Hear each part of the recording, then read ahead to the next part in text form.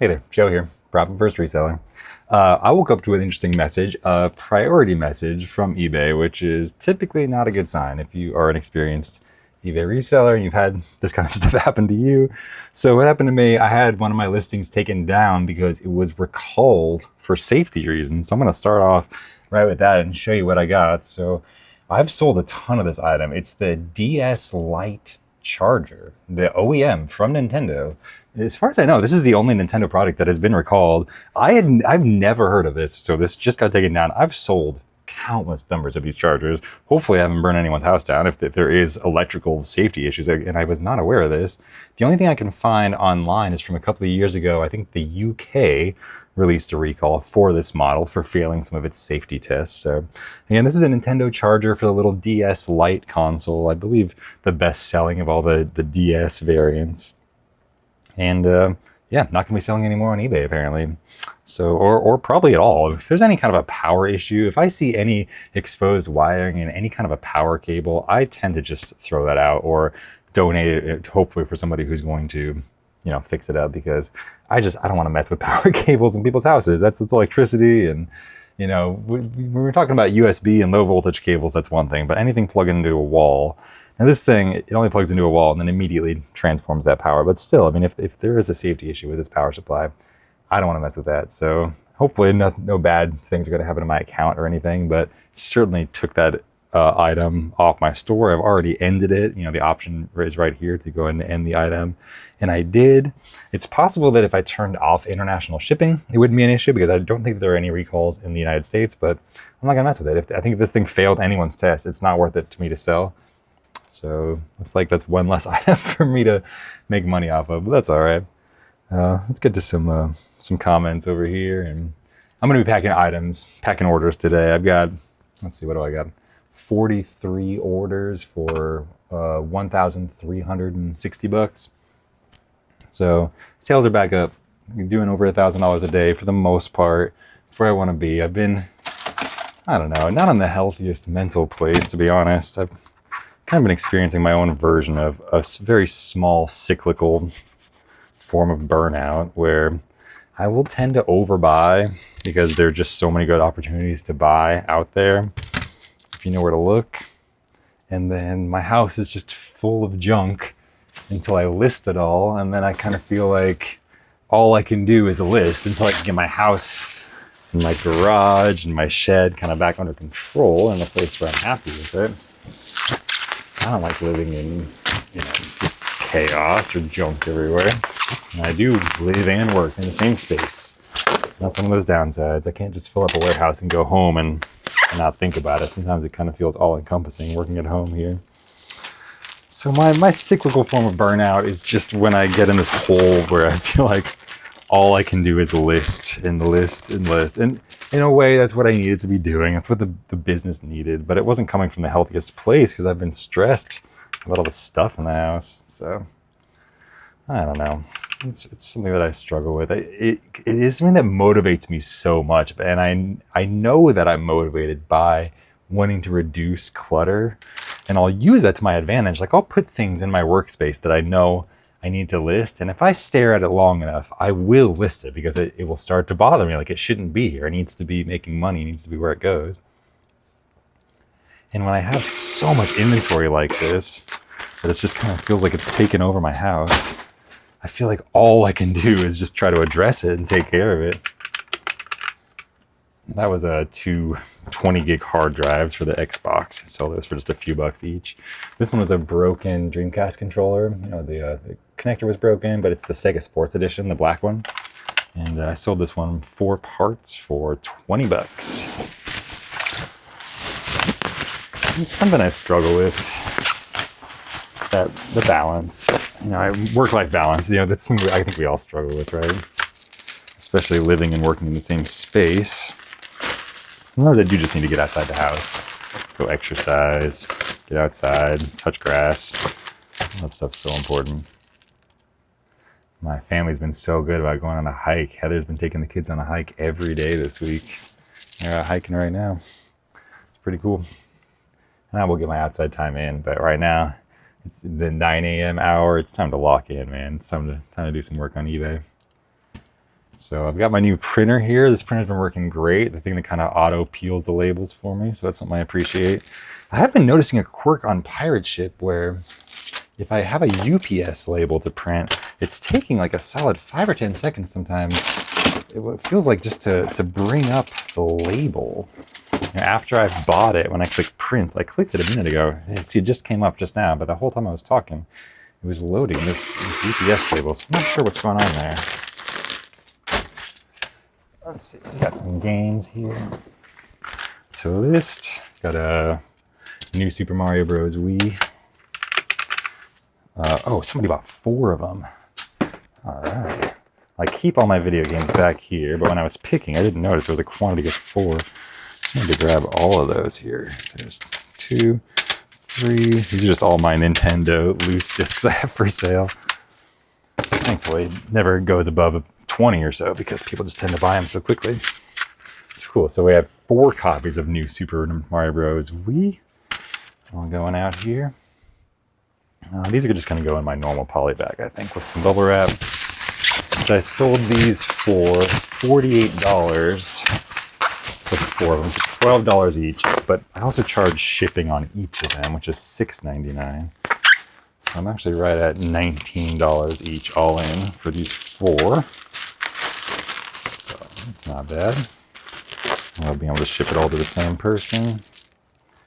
And I've sold 4 of these before. Apparently Pirate Ship knew the exact weight of 4 copies of New Super Mario Bros. Wii, because at some point in my history on eBay, I also sold 4 copies at once one time. So that's pretty cool. I love how Pirate Ship will just recommend whatever you used last time. And usually it's right. This is, speaking of Dreamcast, it's a Dreamcast game. I don't see Dreamcast games very often, but this is Soul Calibur for Dreamcast. It's a good one. Classic. One of the first fighting games I saw. I remember seeing as a kid where you could have weapons. That kind of blew my mind. And I think sometimes you can get your weapons damaged or you can get them taken away from you, and then the battle kind of changed, the dynamics changed. So that's kind of fun. Sold that for $14.99 plus shipping.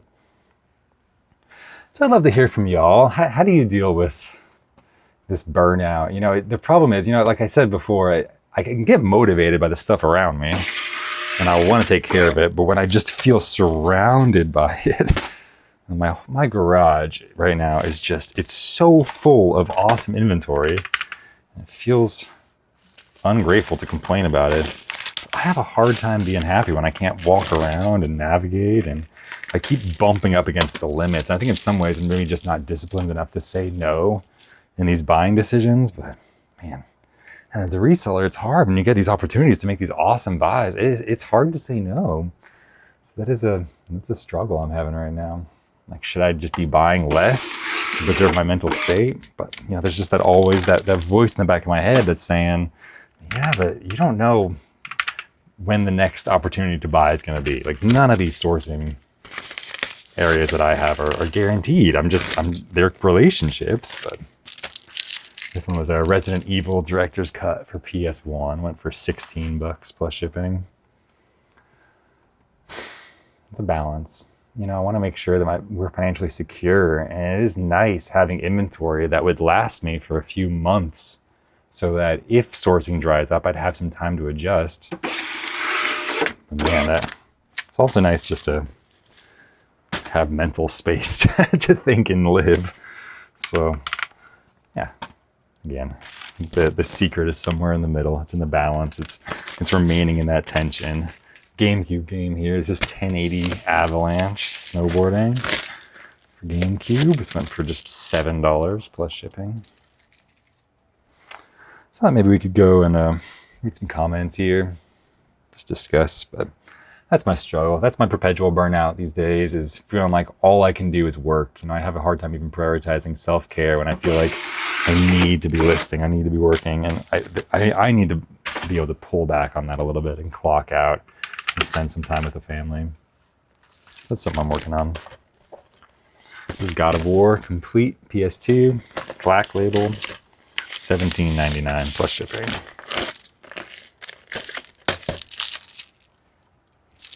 Let's see. A couple nice comments. Great info. Thank you. Yeah, I was talking about this new printer I'm using here. This printer that automatically peels the labels off. Oh, I'm loving it. Renee F said this was stellar. I could do this every week. Thank you. And that first comment was from the Source Force. It's a great info. Thanks. Brian Lyles. Okay, yes, this is kind of a comment follow-up here. And they were just asking if I've ever had issues with vacation mode. They were noticing that had just come back from vacation mode. They listed a ton of items and we're just not getting sales anymore. And unfortunately, I have not experienced that, but I'm wondering if any of y'all have. Have you had issues coming back from vacation mode and getting your store going again?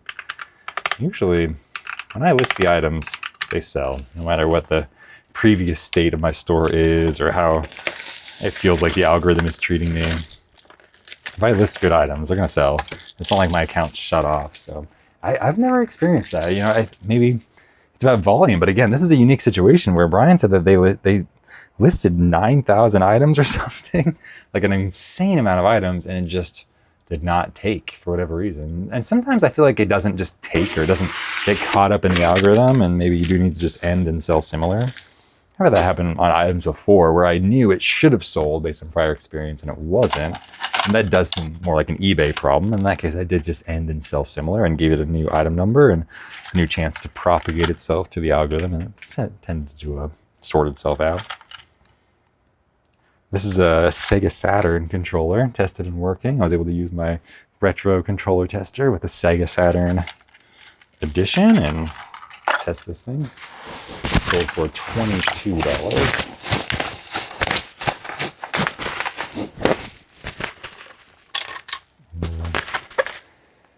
Yeah, I wish I had a better advice for Brian, man. I don't know. I don't know what's going to cause your store to get going again. I would just end and sell similar and just keep listing quality items. It tends to be the solution. You know, I've never heard of anyone's store getting like shadow banned or something. I don't think that usually happens, but it is maybe worth a call to eBay tech support if you're just really thinking there's something weird going on. Pegasus Lounge, he's fun. He says, "Wow, we do so much of the same things. I use an Nalgene water bottle too." Yes, so I was just talking about all the stuff that I add to my water in this video. It's just a little short, and I tend to add Himalayan pink salt and electrolytes and creatine typically. And I'm in kind of a special situation where my body just does not hold on to water very well. And so I kind of need all those additional add-ins to my water to stop me from getting dehydrated. And my body has a tendency to just want to pee everything out, essentially. I've been diagnosed with a deficiency in a certain chemical, and so I need a lot of electrolytes to kind of like get my body to like really utilize that hydration. So that's why I do that trio of pink Himalayan salt and an extra packet of electrolytes and a packet of creatine. But maybe not recommended for everybody, and certainly not for every time you drink water, which is typically what I do. Small note, creatine, careful if you're diabetic, yeah, for sure. But looking at your packets makes me suspect you're on some kind of keto or carnivore. It's just, I'm not specific on keto or carnivore, but I do eat lower carb, and that also increases your need for electrolytes when you're eating a lot more fat. So it is what it is. Potato Snacker said, that's pretty cool. Keep us up to date if you run into any issues with it.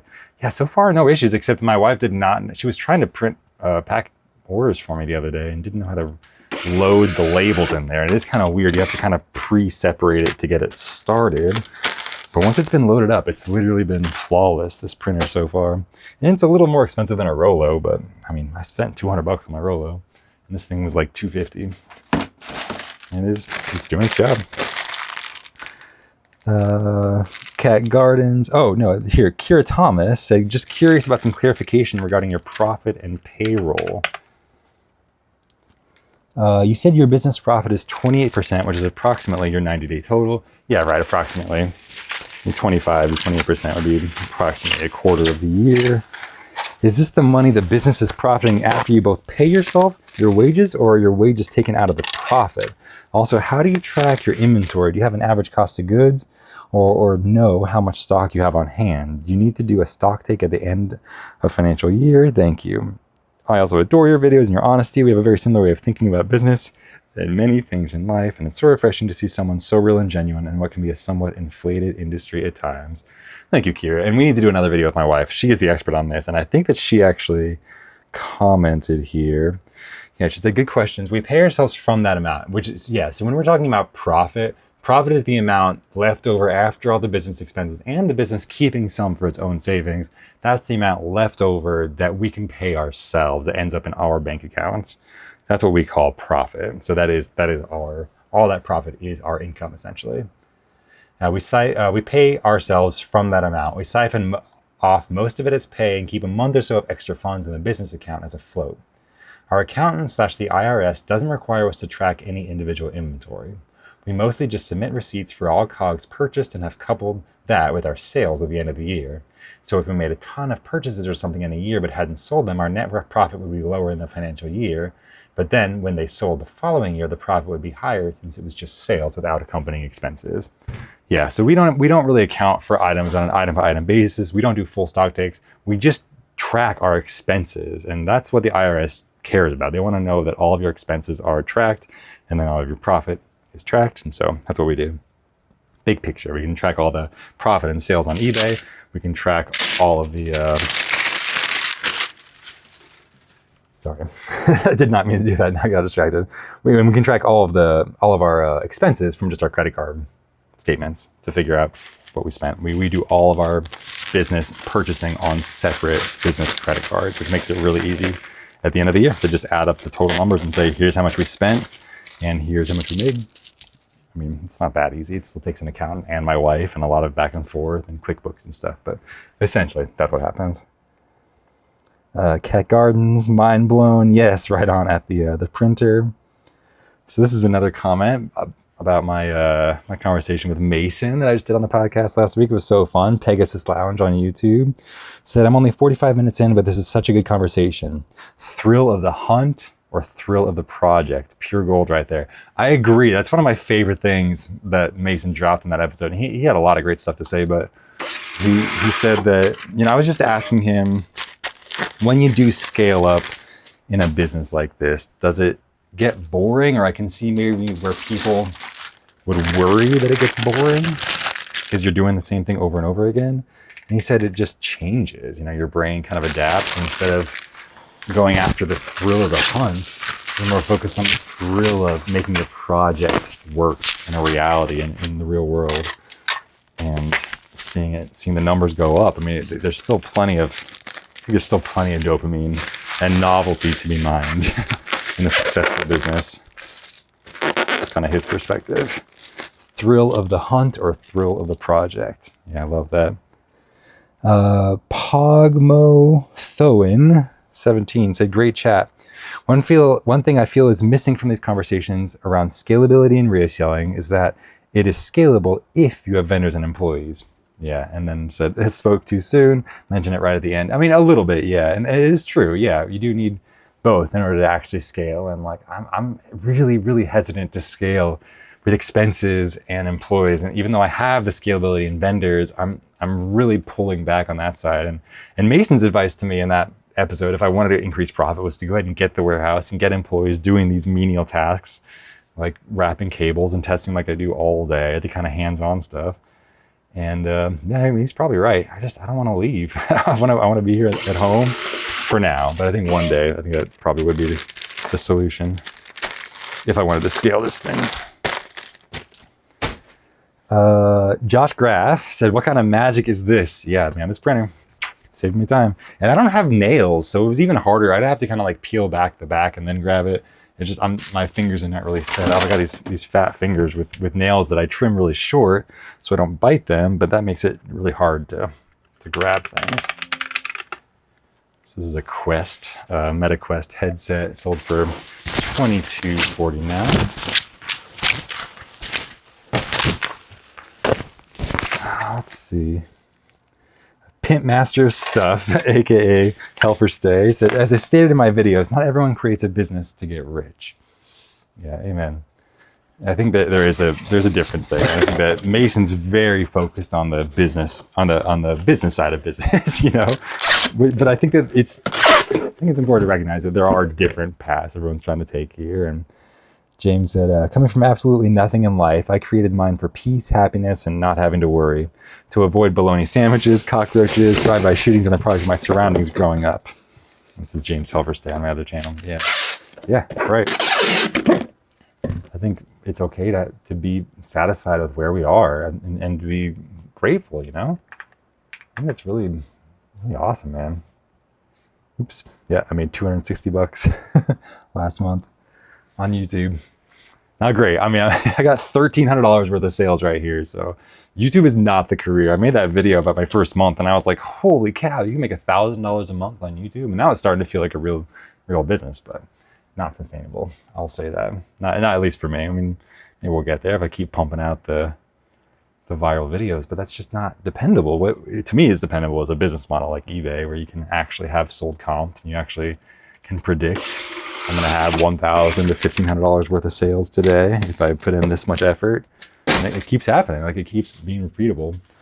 I mean, for me at least, YouTube is not repeatable. YouTube is it's a fun hobby, but not a repeatable business model in the same way. We'll see.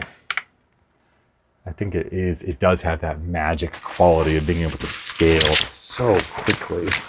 And you have a video that goes viral, millions of people are watching that, you don't have to do any more work. And you can be making 10x or 100x or 1,000x the amount of money in ad revenue off of a video. It's really, really compelling. Looking at that kind of random nature and the fact that there is money being made means there's so much competition, and it's just numbers-wise so unlikely to make it happen. Unless you're uniquely gifted in some way. And honestly, I don't think I'm uniquely gifted at YouTube at all. I just talk about whatever I'm feeling, and I think I'm just honest. But as far as eBay goes, I'm kind of obsessed. And so I think that's why I just want to keep betting on myself on eBay as a career.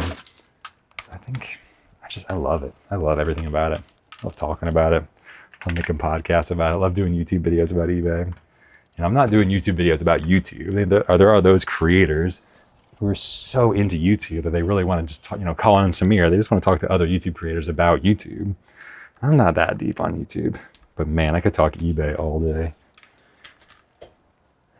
See, David C. said, Techsway is most definitely a job. Talking about tech and sports. You have to treat it like a business, which on its face sucks, but it does work for a small amount of people.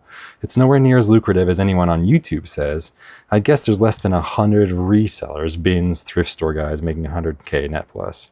And I wonder about that. You watch like the eBay Open videos and you hear these stories and like there's so many resellers out there, but I don't know how many are doing it in that model. Yeah, it's just impossible to know, huh? Yeah. And I really relate to Tech's model. Like, I like having my hands in the business. I don't want to scale everything infinitely, but I do like having the option. Maybe I do want to scale everything infinitely, as long as it scales well. Maybe I need to question myself on that. Like I do want to scale. I think the reason that I'm so interested in YouTube or vibe coding or making a website is that making a digital product like that in a way does scale a lot more easily than selling physical products like this. But it's just also a much more competitive market, right? So it's very interesting. But tech also has moved into the digital products with the websites and stuff like that. So Stefan8000 said, do you have an Amazon link for this printer? Yeah, I did. I linked that. Muramasa, cool name. Muramasa24 said, noted. That's definitely a must-have once I get busy reselling again. In between moving. Yeah, right on. Yeah, the printer is great. Working well. Still perfecting my technique, but I can tell already it's going to be a lot better. Don't Shoot said, what's the printer name and model? Yeah, I provided all that. The Disgruntled Octopus. Yeah, good to see him back on the internet. He's been taking a little break, I think. Another YouTube, eBay content creator, Skylanders expert as well. Said, great chat. Good to see a lot more questioning on YouTube resellers and building outside of the thrifting mentality. Yeah, I know he's doing that too. He's starting to source Skylanders all over Australia, and very cool. Very inspiring for sure. Jay Mollett, Jacob's Deal, said he has some thoughtful insights and his way is more profitable. However, he's a seller, not a reseller. Most people don't have the means to design and sell their own high-demand products. I think Mason had a good response to this. He said, exactly, that's why my channel exists, to answer those questions and bridge that gap from reseller to seller. I encourage skepticism on my channel. The right attitude is to ask more questions and not to assume it's not possible. I started as a brick and mortar store, pimping out one car at a time. Joe has evolved from basic reselling, and so can anyone. The first step is to be receptive of better strategies and remove your identity from the activity. Meta equals the most effective tactic available. If reselling was the more effective method, I'd be a reseller too. Yeah, it just, again, it depends on what you're in it for, but I definitely don't think that buying stuff to resell from thrift stores is the most profitable business in the world, but you can take a single flip and make it seem like it is, right? You can take a single flip that is quite profitable, but it's just not sustainable as a business model. And you can say, I bought this for 10 and I sold it for 100. And that is true. It's hard to get 100 of those a day. This is going to be a little small. I'm going to go one size up here. Right here. Let's see. Swiss K said, didn't know this either. I'm buying. Awesome. Yeah, let me know what you think. Miss Lachey said, cool combo, Ethan and Joe. Thank you. I think I'm going to do another podcast with Ethan soon. Trying to keep that up on kind of a once a week basis. Count Richter said, Joe gets that free consultation. My favorite part of the video. Yeah, that was awesome. At the end of the video, I basically asked Mason, if you could improve my business by 20%, what would you do? And yeah, he gave me some great advice. It was really interesting. Benny Stratton, 110.05. This I agree with Mason on. Kelsey Lynn, 920, said, I don't think I would find joy in reselling if I was just replenishing the same couple listings. A lot of my joy in therapy comes in the hunt for the items. Yeah, and that's what we were kind of saying. Like, I think that is a lot of people's therapy, but if you're trying to support your family on it, it can be a stumbling block because it is a bottleneck for a lot of people. Like driving out to these places, finding the inventory. It can be a bottleneck. Mr. Exquisite, longtime commenter here, said, good to see Mason on here. I like to see different perspective on things, whether you agree or disagree with them. As resellers, we often find ourselves with confirmation bias. Why would I want to believe confirmation bias on everything that I think or know I believe? Maybe I'm wrong, or maybe someone else is closed-minded. Yeah, look at that. 5 upvotes on that too. Yeah, so good. So, such a good perspective. It's good to listen to perspectives that challenge you. You know, as long as you think it's coming from a good place. I don't want to be listening to people that are coming from a hateful place. I think Mason's really trying to help. He just has really thoughtful critiques on a lot of stuff that, you know, is very personal to people, but it's also business. Like, there are numbers to discuss too. That was a Mad Catz green blaster, like an auto gun for Xbox for $19.99. Brandon Nguyen, 8307, said, I started out selling based on sell-through rate, and while yes, maybe the math is wrong, it is a useful strategy to figure out what is possibly going to sell for you in 90 days. Yeah, it's exactly. I think the reason that it exists is because it's close enough. It's close enough to make purchasing decisions. It's just not maybe the end-all number that a lot of people treat it as. And then they said, I have 96 listed with 84 sold, 3 unsold, 100K 90-day total. Absolutely bonkers. So cool. So it really can't be completely wrong or flawed. Otherwise, I would have quit a long time ago. I mean, those are crazy numbers. 804 sold, 100,000.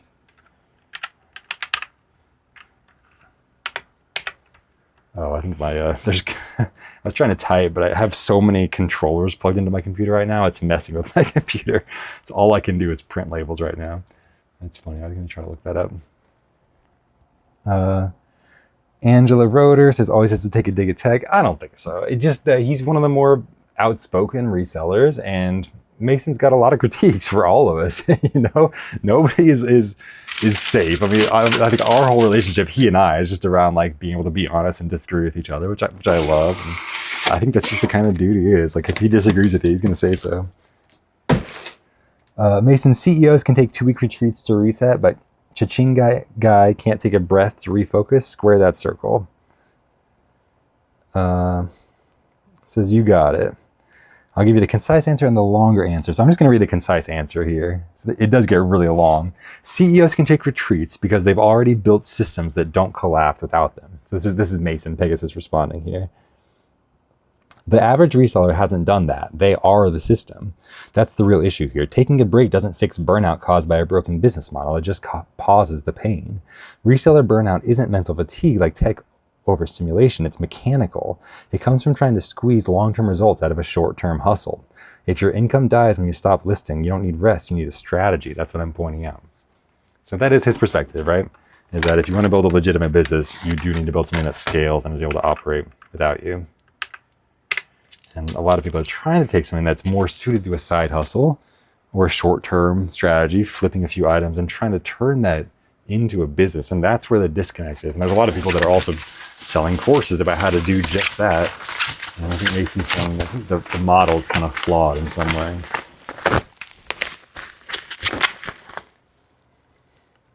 Yeah, so just some good thought-provoking stuff here, man. The comment section is always so thought-provoking for sure. The Keith, yeah, Keith was just on Flippin' Ain't Easy.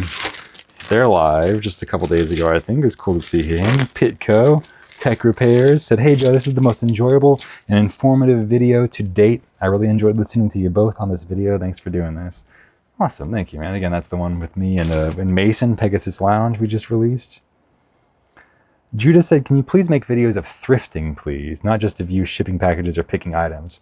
Well, unfortunately, I don't thrift. I mean, that's not my business model, so I'm not really able to show that. I'll occasionally take the kids to a thrift store for fun and go look for swimsuits or something, or winter jackets, but I don't source the thrift stores. That's just not my model. Hell for Stay was checking out the Blues jersey. Yeah, right on Ethan there.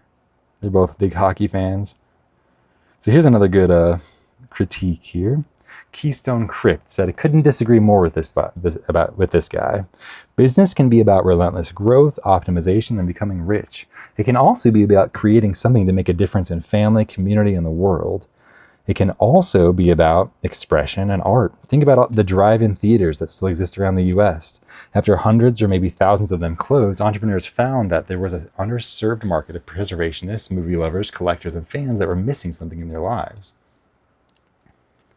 Reopening those landmark theaters proved to be a viable business and an important pillar of community, but they're under no illusion of becoming rich.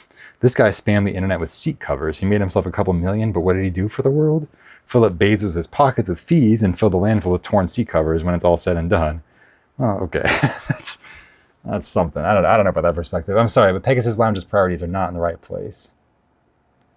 Yeah, I just completely disagree. I mean, I agree with the first part, but like, I think Mason's model is also legitimate. Like, he was creating a product that people want.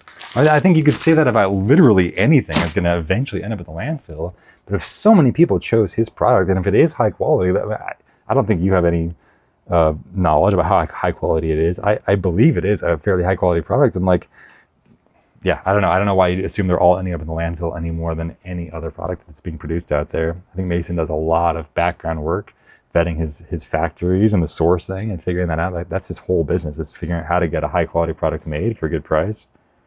So I don't know, but I think it's cool. I think it's just about what are you trying to do here? Like, Mason successfully made his money, like that's what he was out to do. He did it. For those people that wanted to start a drive-in movie theater, like if that's what you're out to do, like, that, more power to you, right? But I don't know, I think it's just about your intentions. But when you're preaching like this is the way to financial freedom, if people were selling courses or making YouTube channels saying you should be starting drive-in movie theaters like me, there might be some opportunity for some help for critique. Like Mason saying, I don't know if this is an actual business model that should be taken full time. R. Bosley said, "Joe, how do you manage your inventory when you are constantly sourcing the same items that are listed? For example, say you have a specific PS4 controller listed in your inventory and then you source another.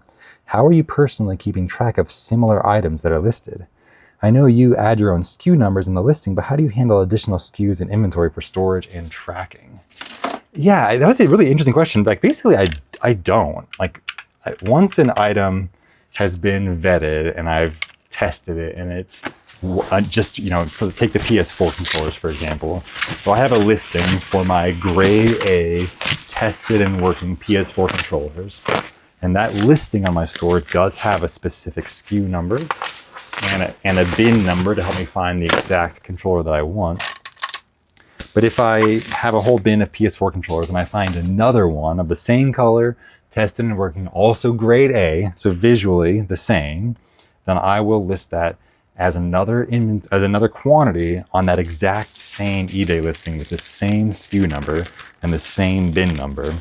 So in my system, I don't have a way to differentiate which one I'm putting in and which one I'm pulling out when I'm selling them.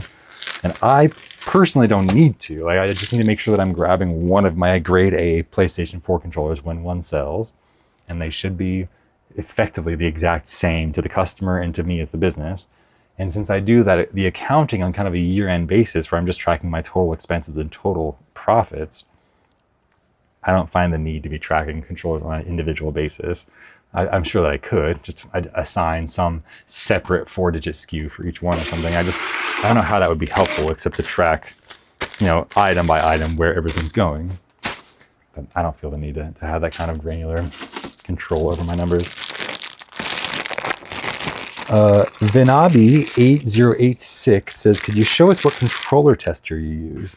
Yeah, I've talked about it in a couple of videos. It's a retro controller tester, especially for the older consoles. Yeah, exactly. And this thing has little modules you can plug in for each console, and then you plug in your controller and you're able to test each one. I just find it really, really functional and awesome. And I wish I could buy a bunch of them to sell or to be a distributor, but I've talked to the person who makes them and they're just not open to that at the time. They're only making really small amounts of them. This is just such a cool product that just doesn't really exist anywhere else in the market right now. Pegasus is so wasteful, and he's laughing, of course. Great printer, great video. Yeah, it's a really great little device. And yeah, so it's $250, but it's saving me time. I spend so much time here printing that it's going to pay for itself quickly. Let's see. Potato Snacker said a couple of comments. There's a lot of talk about your Nintendo Wii remotes being why you're so successful, but realistically, it's such a tiny part of what you sell. If you had to take all the Wii remotes you sold in your entire sales history, it's probably less than a month of your general sales. If you had no replenishable listings, but still multi-quantity when you buy lots, I think your sales would be lower, but maybe like 20%. Selling used items is easier on the brain. I don't know. I think it's actually almost the opposite. Like at this point, I get the same 300 to 500 items over and over again. I just count all of those as my replenishables. And so when I'm listing, half or less of the time is the stuff that I'm actually taking pictures of that I don't have pictures of it yet. And there's a lot of updating inventory and often multiple at a time. And so I would almost guess that it's more than 50% of my stuff is replenishable at this point. Selling used items is easier on the brain. I also don't know if I agree with that, but I'm interested to see what your point is. But I kind of feel like selling a new item would be easier. And some people just want to be able to work for themselves and make a living and don't have the drive or desire to make potentially $400K plus a year with much risk and liability. For a lot of people, making a measly $100 to $200K selling used items from Goodwill is good enough. If Amazon doesn't do fulfillment anymore, is there any way a product developer can transition without having a warehouse? I like the hunting deer analogy that was given. I'd like to add to it. We used sellers are deer hunters. Pegasus is a deer farmer. Quite different, and it isn't always a logical transition. Yeah, like we're out in the wild, and Pegasus has farmed his own inventory. That's a fun way to think about it. I love Pegasus' spicy comments on YouTube gurus. I've had a lot of the same thoughts. I wish his advice at the end for you wasn't to get employees, since you have been vocal in the past and in this video about not wanting to have employees. Yeah, but I mean, that is my bottleneck. I think he's right about that. Overall, I really liked this dialogue. Yeah, cool. Thank you, man. It's just super great. I gotta respond to that comment on YouTube too, but yeah, it's so great to hear from you. Always insightful from Potato Snacker. Mr. Exquisite said, happy birthday, Joe. Yeah, I had a birthday a week or two ago. Screensavers and Call for Help were the bomb. They were. I love those shows, both of them. And then Attack of the Show. Yeah, that was fun too with Kevin. And who else was on it? And what was her name? Not Morgan. Morgan Webb was on the gaming show with Adam. I forget who Kevin's co-host was. And I can picture her face. I just can't remember her name. Yeah, those were fun shows. And they were all just like so nerdy. They just helped really normalize being a nerd for me, which I obviously appreciated. Go hockey, the most underappreciated sport. That's fun. I don't know anything about hockey, but I appreciate those who do. Max Dawson, 2948, said 99% of being a guru is eliminating uncertainty, coming up with something off the top of the head when you don't know the answer to something, and the second you say I don't know, you're done and no one knows it all. Yeah, I think I would be really worried if I ever set myself up in a situation where I felt like I couldn't say I don't know. I think that's when you really get into the good stuff. That's when you really discover the limits of your abilities and your understanding. But to put yourself in a guru position where you feel like you need to know everything is just, I don't know, not helpful. Pegasus being a little self-deprecating here said, I can't believe Joe gave this dirty capitalist a platform. He's everything that's wrong with the world. Hail Hydra. He's funny. He's funny, man. He's funny. Where can I get the controller tester? Yeah, I've linked to it a bunch of times. The controller tester there. And yeah, back to the process engineer, which I just made a video about. So we've come full circle. Thank you so much to Daniela. I'm now using this printer. She's the one that recommended a printer that you don't have to peel the labels off of. I didn't know that existed. And here I am. Just take it off, place it on the package. So easy. So thank you.